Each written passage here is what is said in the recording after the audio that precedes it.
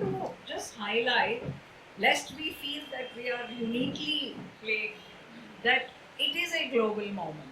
We are not alone in grappling with this phenomenon. I think American society is going through a crisis that is as deep as ours, maybe worse in some ways, because I think there's every reason, there's enough evidence that color based racism is as if not more destructive. So, my understanding and my response to all the speakers is that yes, religion is in our face here, and yet, is it really the key issue? From what you said and also what Sambhaji said, ये जो mob बनता है, वो actually कई चीजों के लिए बन सकता है. It's not only because of a Hindu-Muslim dynamic.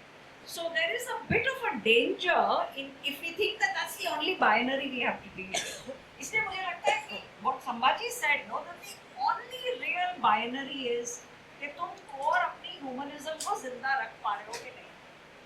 And if we are clear on that, then our cultural activism will be related to that. And I'll give you a live incident which has kept me thinking about this. This is about 5 years ago.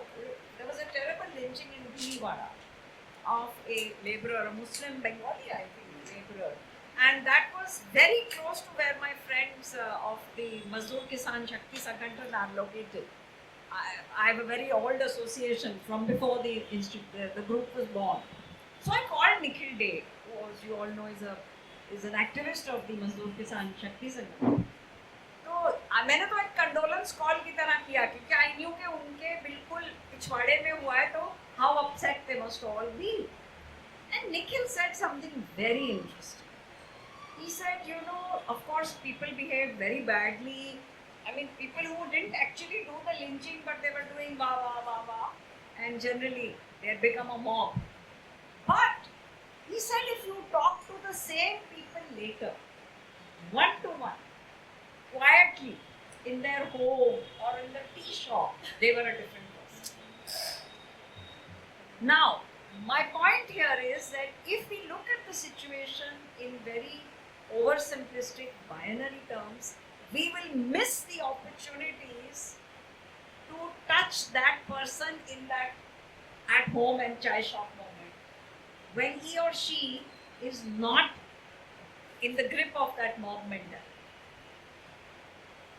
And that perhaps the most crucial lesson for all of us is that these are fluid situations and they require that kind of humane response from our side also.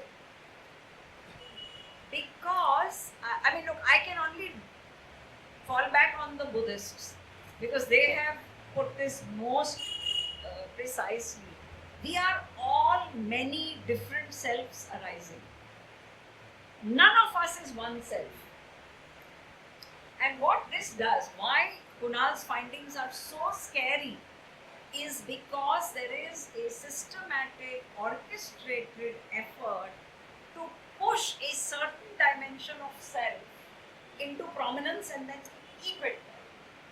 So it's up to us to create and to put forward more attractive messages, because from the work that I do, which is Ahimsa Conversations, all that I can share with you is that there is scientific evidence that human beings cannot sustain hate.